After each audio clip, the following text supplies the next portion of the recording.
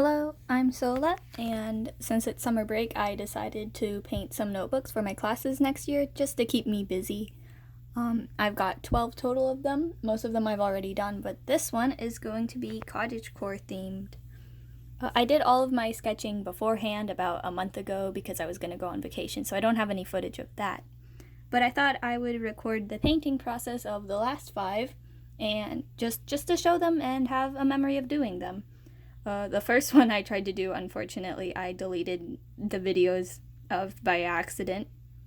But it's better now. I fixed it. My phone has more storage because I deleted about 1,000 photos from it. So hopefully storage should not be an issue.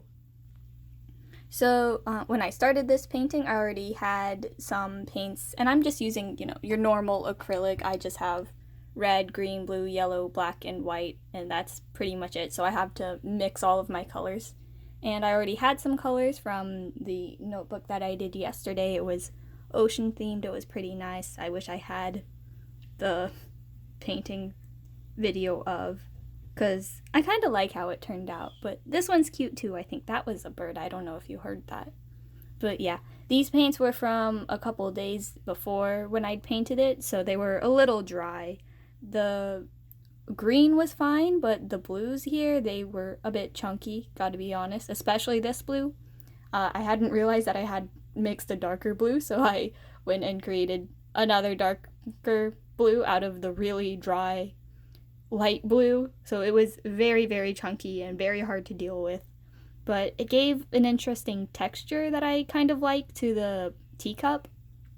Wish I could figure out how to replicate that, because I tried to do it with the other parts you'll see later on, but I couldn't quite replicate it, so the teacup looks interesting. I like how the teacup looks, but the basket could use some work.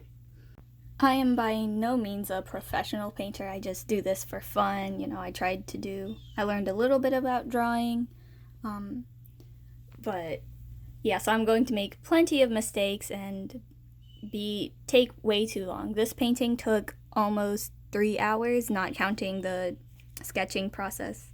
And the reason I did sketch in pencil first was because, since I'm not great at painting or, art in general, I didn't want the pressure of having to figure out how to draw a thing and then also how to shade it and paint it and everything all at once.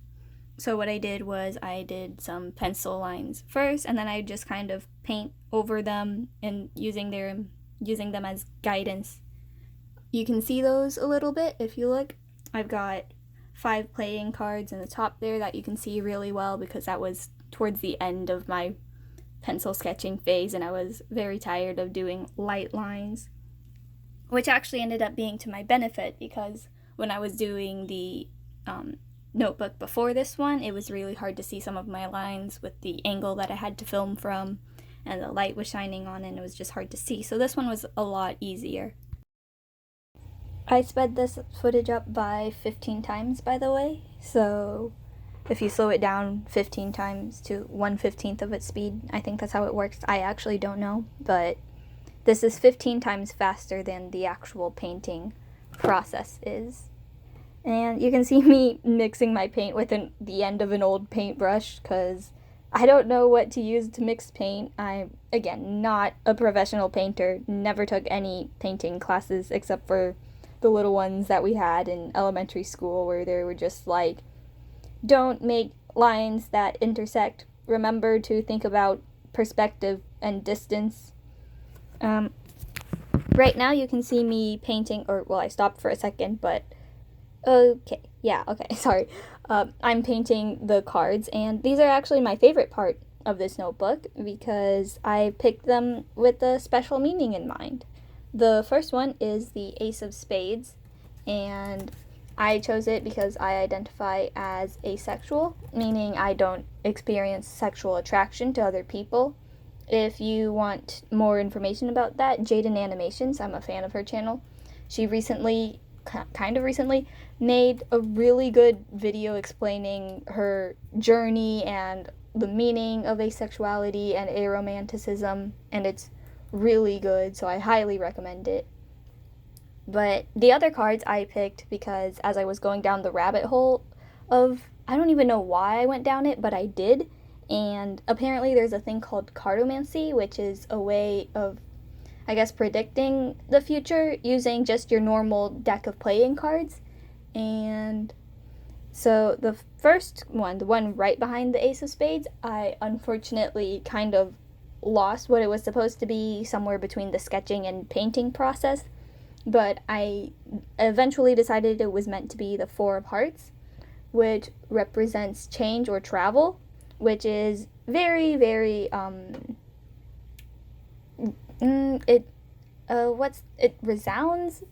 It just feels correct because I recently made the switch from living with my parents and going to high school, and now living on my own in a different city and attending college, and starting down the path, the last step in getting my job and career, which is a big change. I'm American, by the way, so this is all American stuff. If anyone has any confusion over what that means for other countries, I know the education process is kind of different, but I think college is relatively well understood to be a time of big change.